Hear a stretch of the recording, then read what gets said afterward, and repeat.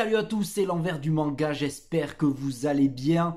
Bienvenue dans cette vidéo achat et lecture du mois de janvier. Elle arrive un peu tard, le week-end dernier j'étais à Angoulême. La dernière vidéo sortie c'était un compte rendu festival de la BD Angoulême. Génial. Là on va parler de mes lectures, de mes achats du mois de janvier. C'est parti, n'hésitez pas à partager, à liker, à vous abonner à la chaîne. Plus on est de fous, plus on rit. Commentez, dites-moi ce que vous pensez de mes achats, de mes lectures. Qu'est-ce que vous lisez en ce moment? Ça m'intéresse. Ouvrons le débat. Twitter et Instagram, les liens. Voilà, n'oubliez pas, les liens. Si vous voulez me suivre jour par jour, je mets des trucs tous les jours. Je suis malade. Je suis fan de manga, donc je mets des trucs tous les jours. Si vous voulez me suivre, n'hésitez pas à cliquer sur les réseaux sociaux, à vous abonner. Venez me passer un petit coucou. C'est parti, on y va avec Guess What, une autre création originale de Ki-hoon.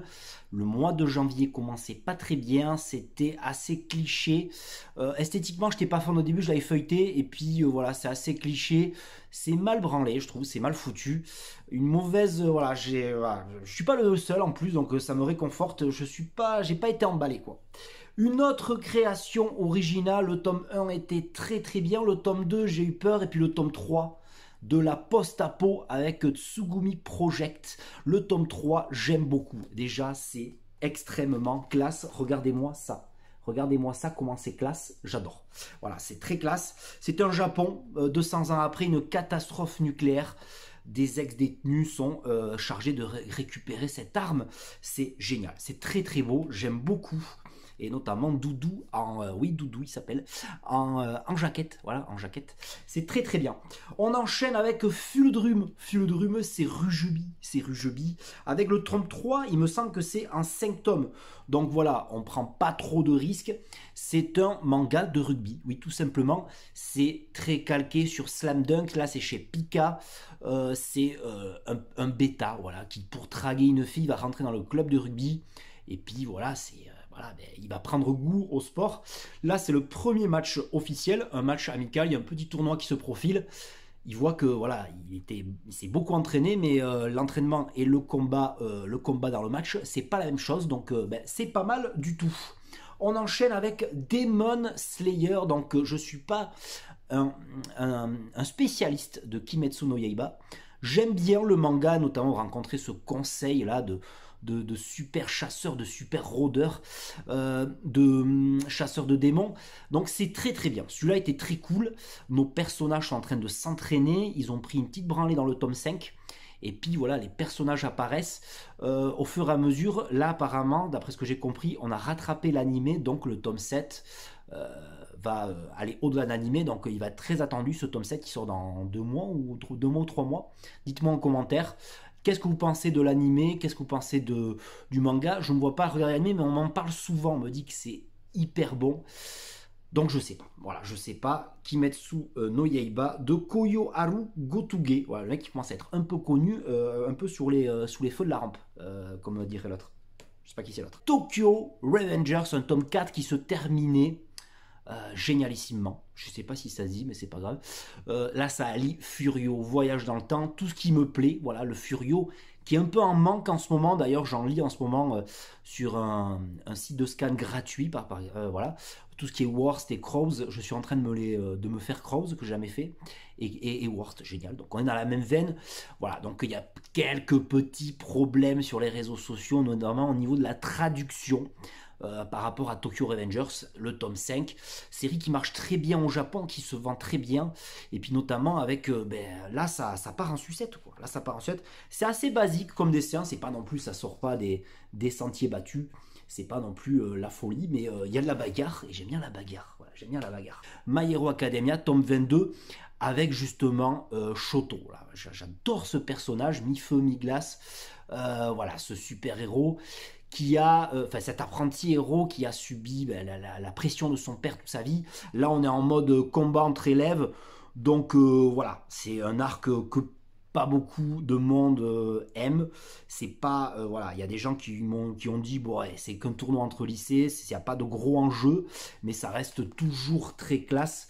Notamment, voilà, j'adore. Voilà. Il y a beaucoup de lectures pour un shonen. Voilà, c'est vraiment pas mal de lectures. Moi, j'aime beaucoup. Il se passe des choses quand même. Et ça enclenche une petite suite qui me tarde de lire, surtout la fin du tome. Jérémy Sensei sera d'accord avec moi.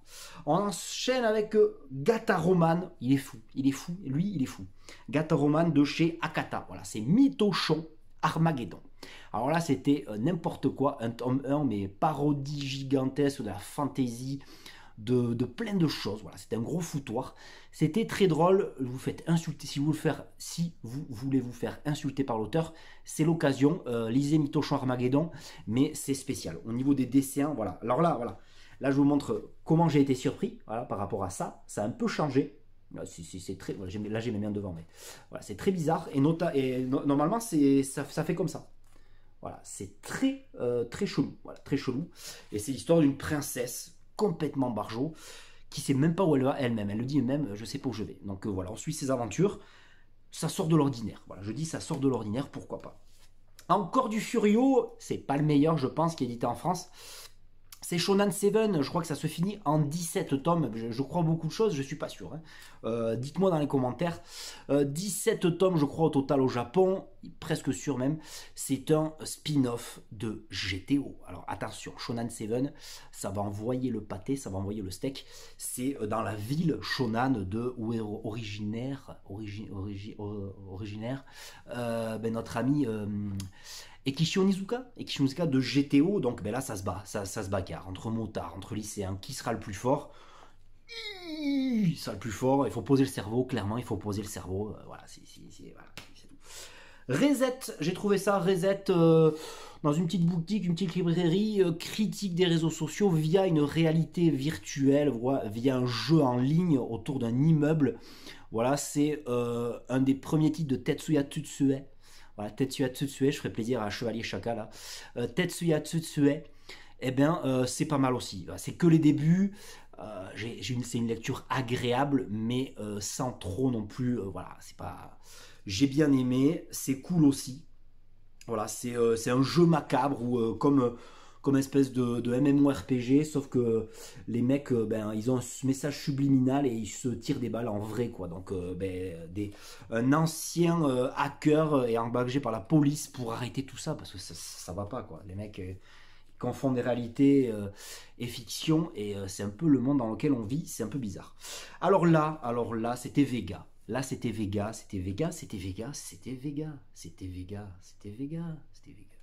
Et oui, Vega avec Peleliu, tome 7, avant-dernier tome. Génialissime, organisme cosmique de ouf, j'adore. Personnages chibi, je le rappelle souvent, qui vont atténuer le propos, c'est excellent. Ces deux, j'ai mis ma tête, Kazuyoshi Takeda, c'est génialissime, génial. C'est une de mes séries préférées du moment. Ça se termine, mais forcément parce qu'il va pas raconter la guerre. C'est bien que ça se termine, aussi parce qu'il sait où il va. C'est fait par des professionnels, voilà, il y a des gros spécialistes derrière, c'est excellent, surtout l'édition est très jolie.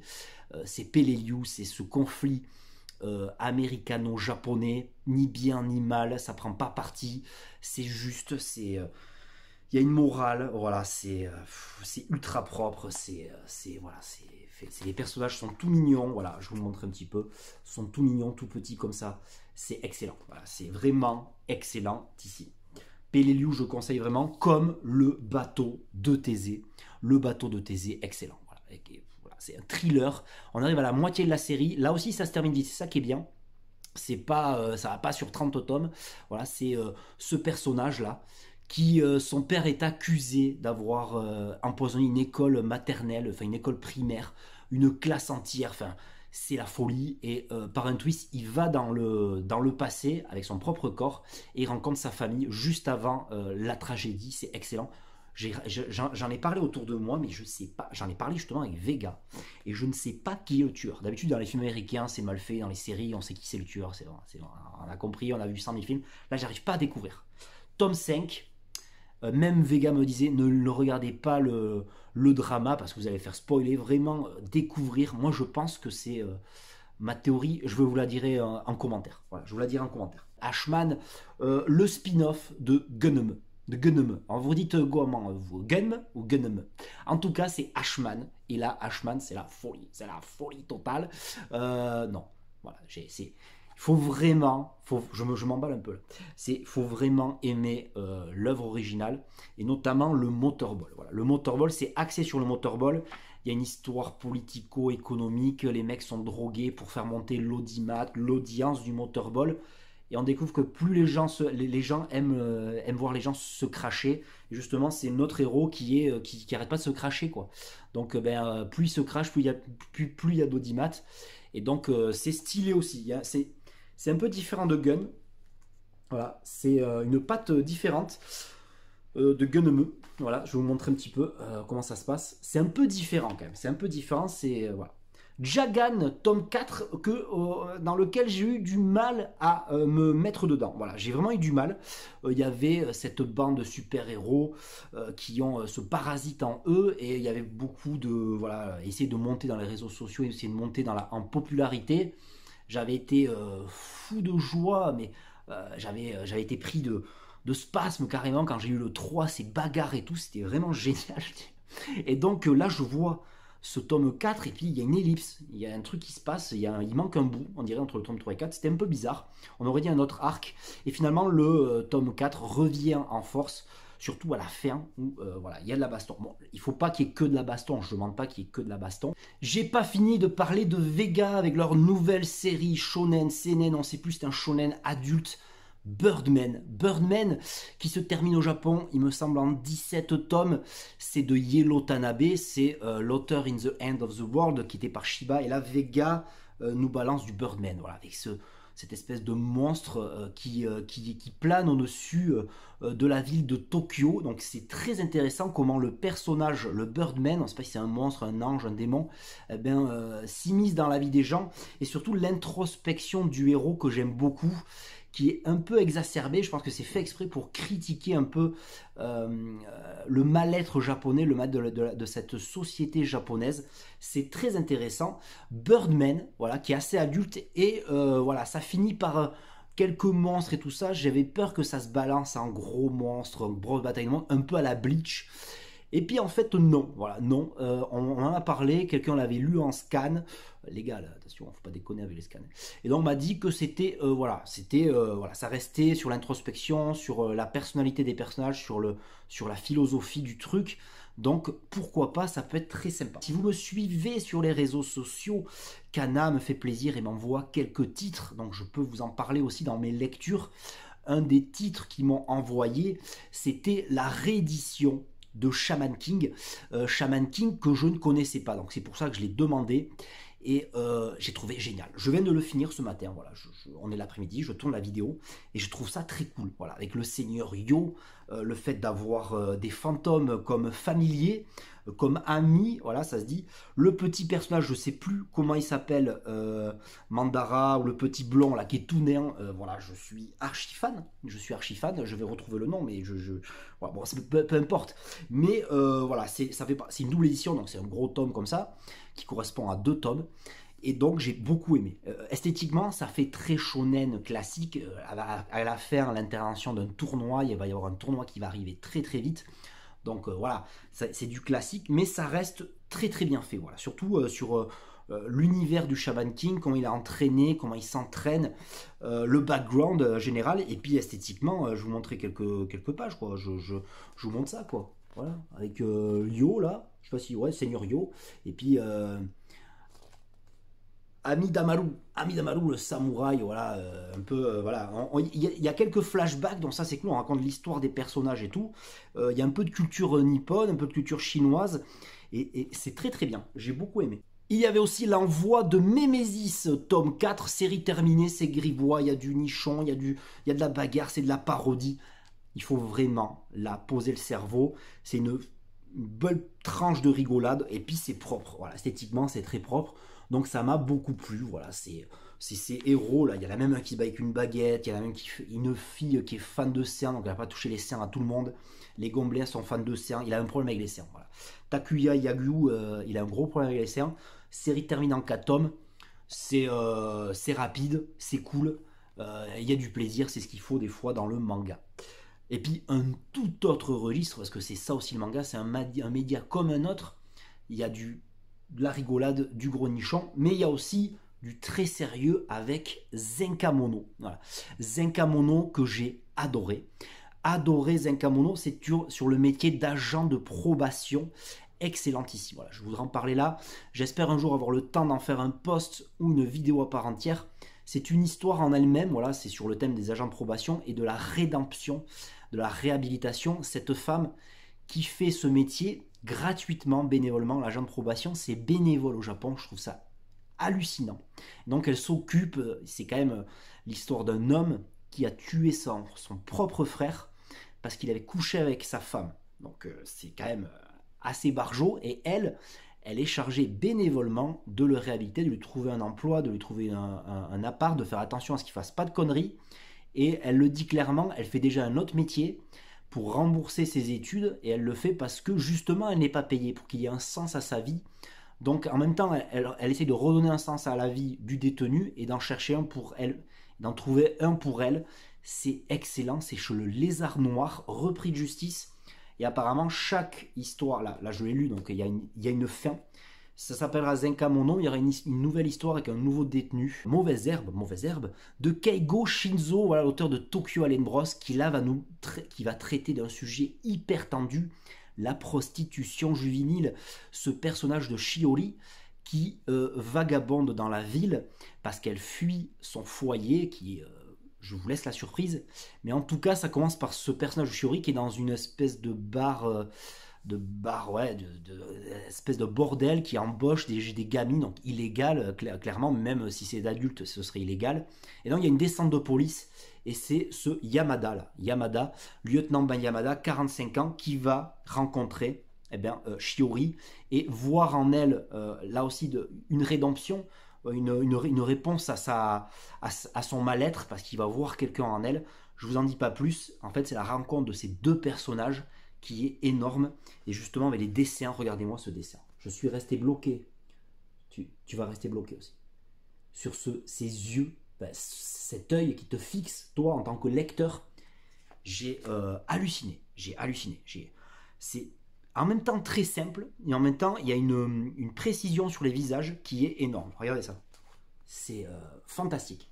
Une lecture très éprouvante, parce que c'est un sujet sensible, il y a des mecs qui sont barjots, et donc elle fuit, elle veut pas accepter l'aide, et elle fuit sur les réseaux sociaux, et elle cherche des gens pour se faire loger, et forcément, elle tombe que sur des détraqués, des gens qui veulent la loger, mais contre paiement en nature. Donc c'est assez dur à lire quand même, mais j'espère que ces détraqués, on va tous leur péter la gueule. Voilà. J'espère que le flic il va arriver, il va faire non, je sais pas. En tout cas, voilà. Une belle histoire. Il y a 2 ou 3 tomes sortis au Japon. Lézard Noir va nous les sortir, donc ça c'est cool. Lézard Noir. Et puis on finit avec une totale découverte que j'avais demandé à Kana. Donc là c'est encore en termes de partenariat. Ma maman de Lee Kun-yu, voilà. C'est l'auteur d'une vie chinoise, et là, au lieu de raconter sa propre vie en biographie, il va raconter la vie de sa propre mère qui, durant les années 30, vivait à la campagne et qui avait vécu la Seconde Guerre mondiale, et également la révolution populaire, la révolution culturelle chinoise avec l'arrivée de Mao. Donc historiquement, c'est très très intéressant. Culturellement, on apprend plein de choses sur la Chine d'avant la Seconde Guerre mondiale, c'est très très bien. J'ai été surpris par le papier qui est marron, voilà, qui est un peu jauni, du papier de riz, c'est de l'encre de Chine, il y a des textes, et puis parfois il y a des bulles. C'est voilà, merci Kana encore de m'avoir envoyé ça.